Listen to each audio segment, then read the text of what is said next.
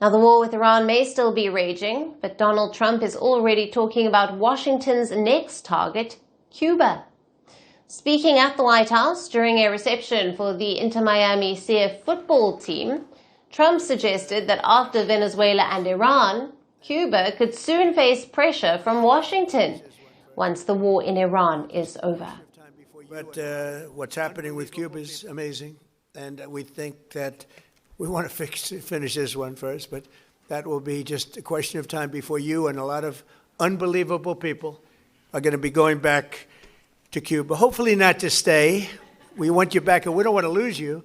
We don't want to make it so nice that they stay, but some people probably do want to stay. Trump also took the opportunity to praise U.S. Secretary of State Marco Rubio.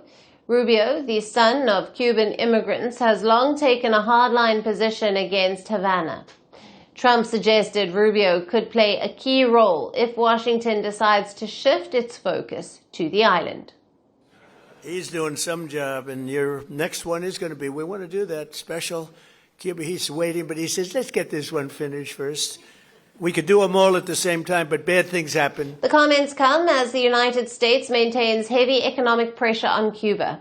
Washington has tightened sanctions and moved to cut off energy supplies linked to Venezuela.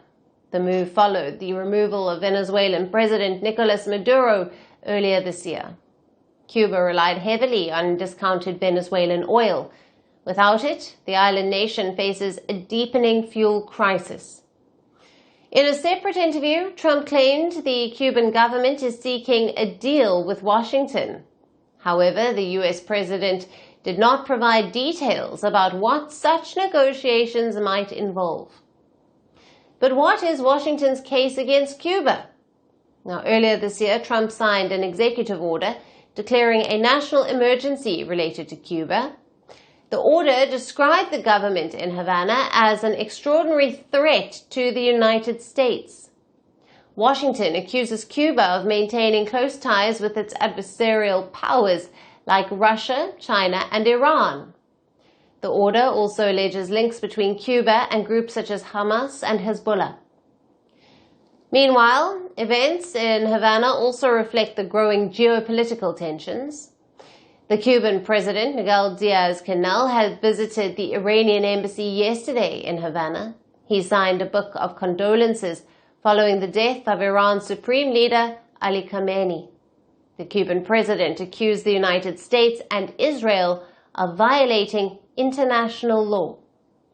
We feel deep sorrow and grief upon learning of the assassination of the supreme leader of the Iranian nation, Ayatollah Sayyid Ali Khamenei, as a result of the vile aggression by the United States and Israel against the Iranian nation, an expression of a flagrant violation of all norms of international law and human dignity. At the same time, pressure is also coming from Cuban exiles in the United States. In Miami, activists held a car caravan rally on Saturday following the strikes on Iran. Protesters called on the Trump administration to, in their words, finish the job against the Cuban government. The Cuban people have a democratic option that can manage that change. In the same way that Nicolas Maduro was removed, and that the Ayatollahs of Iran are being removed today, in that same way, if necessary, the Castro communist regime must be removed from power because they cannot continue killing Cubans.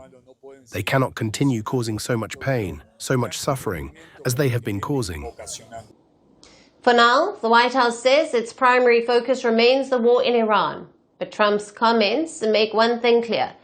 After Venezuela and Iran, Washington may be preparing to turn its attention to Cuba next.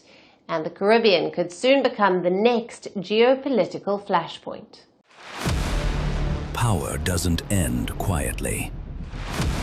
Some deaths are not accidents. They are messages. A gunshot. A crowd. A country frozen. The killer disappears. The questions don't.